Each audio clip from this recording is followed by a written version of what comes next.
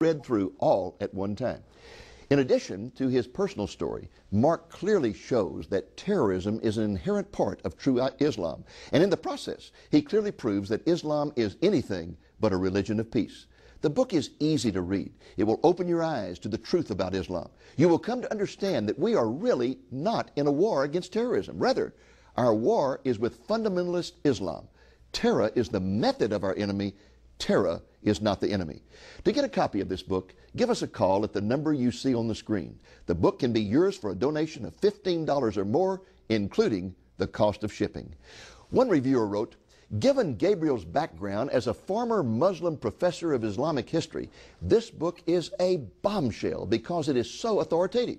Here we have a former insider of Islam who knows the true connections between Islam and jihad, the Muslim faith, and terrorism.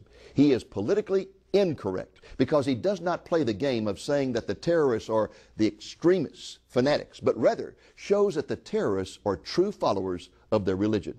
Another reviewer wrote, "What most struck me about this book is the love he has for Muslims and his fellow countrymen. This is not a book that bashes Muslims or Islam. It's a book that invites the reader to fully understand Islam and what the Quran really teaches in context." Folks, this is a definite must-read. Get ready to take a lot of notes. Again, you can get a copy by calling the number on the screen and making a donation of $15 or more. Ask for the book by name, Islam and Terrorism.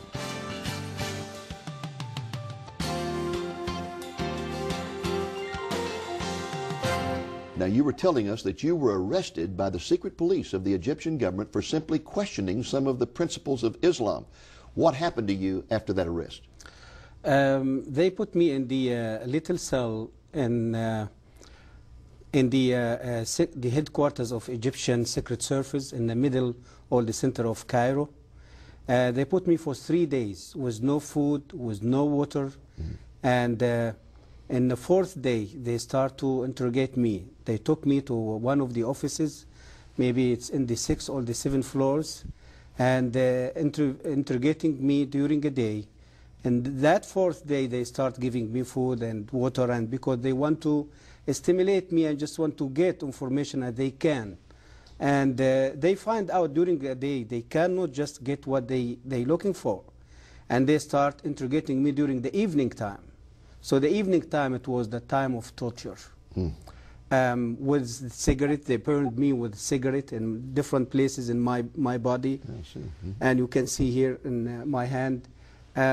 They beat me, they put me in cold water, they put me in a little, in a tank full, you see, filled with water, and they put hungry rats inside that tank, and they put me inside the tank. So you had rats for crawling over night, you? All night? Whole night, and the rats just swimming over the water, you see, around my head. And did the rats bite you? No, no, at all. This is like Daniel in the lion's den. And the next day they took me out, and I was just surprised that I'm still alive. But I don't know what is the next. So, and after that they put me in a little cell with a vicious, hungry dog. And when they put me in a room and they closed the door, and I sit in the middle of the room.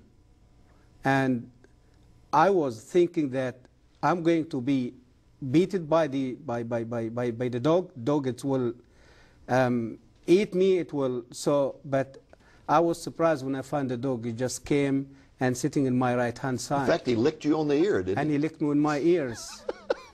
And they must have thought that you were Satan or something to have such power. They said that. They said that this is a human being or something else. They wasn't really. They believe that there is some spirit or some. So at that point, didn't they decide to just turn you over to some guys in a cell and tell them that you had renounced Islam and let them kill you? Yeah. So this is the understanding that I've been questioned by professors at the university. I've been fired by the university. To them, means this guy, he's just out of Islam now. He's convert now. In fact, they wanted to find out what missionary had converted you, didn't they? Exactly. And you hadn't been converted. Exactly. No, I have no idea about Christianity in that time. Yes. About Christ. I never even discussed Christianity. But automatically in Egypt, when someone decides to leave Islam, Yes. they will accuse him automatically that he became under pressure from church or some Christian and he converted to Well, Christianity. how in the world did you get out of that situation without losing your life? I was crying before the God who was created me in that time. I wasn't know who is. Yes. After 15 days, my uncle, he was working as the vice president of Egyptian parliament.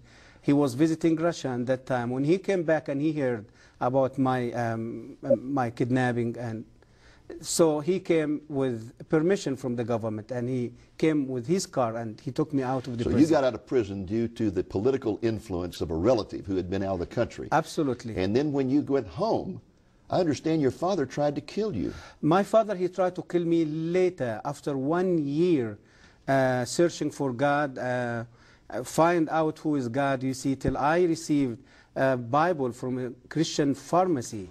So when I start reading the Bible, I start to find the truth about Christ. After I give my life to the Lord, I lived 1 year, whole year as a secret believer. So when my father heard about my conversion, he shot me with his own gun. He tried to kill me. So you were given a Bible by a Christian pharmacist, and that brought you to the Lord. Yes. And when that happened, your father decided to kill you for the honor of the family, I guess. Because, yeah, he just felt there is a shame going to be over him and all the life, or the family, even the community. The and people. so he shot at you several times and all the bullets missed. No one bullet missed me, about maybe 5, 6 bullets. I understand that your sister finally got your passport, got you out of the country, and where did you go? When my father, he just shot me and tried to kill me, I was running away from his face, and I went to my sister, and in my sister's house, I put the whole situation in front of the Lord, and the Lord showed me to get out of Egypt in the same evening, same day. My sister helped me. She brought my stuff. And where did you go to when you fled? I fled to South Africa by the road, traveling from Cairo to South Africa for 3 months over the road. And I was the first Egyptian who did overland journey between Cairo and Johannesburg the trip take almost 3 months. Okay, and so then you get to South Africa, and did you meet some Christians there? Yes, in South Africa I met with many Christians, and many churches, they start to hear about my story because the public media in South Africa, they wrote articles and published articles about my story. And Is it true that assassins were sent to South Africa to kill you? Absolutely. In South Africa, especially after I wrote my first book in South Africa, and my activity became very well known, and Muslim community, they felt they threatened by my activity there, and by this book was released there in Johannesburg in 1996, and they tried to end my life there few times. This religion of peace, just because you question Islam, this religion of peace kidnaps you, tortures you, tries to kill you, and even sends assassins to kill you in South Africa. Yeah. That's some religion of peace, isn't it? Yeah, this is how the world really been deceived by the media, by the world media, the secular media, by Islam. It's not religion of peace. Well, Mark, we're going to pause again here, folks, and we'll be back with you in just a moment.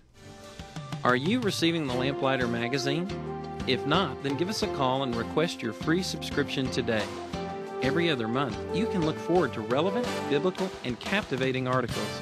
All you need to do is call us at 1-800-705-8316 during our regular business hours, 8 a.m. to 5 p.m. Central Time, or email us at lamblion.com and let us know that you would like to start receiving the Lamplighter. And if you contact us this week, we'll make sure that you get a copy of this Lamplighter devoted to the truth about Islam.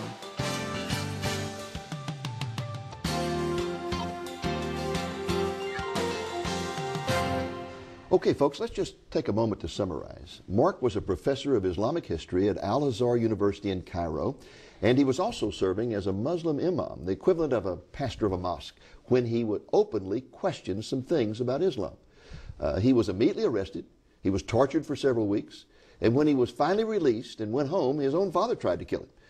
You were finally able to escape to South Africa, Mark. Yes. And tell us, When you arrived in South Africa, you said you met some Christian friends. In fact, I think you lived with a Christian family for a while. Yes. But let's just back up for a moment, because I know you became a Christian before you left Egypt. Egypt, yes. What appealed to you about Christianity?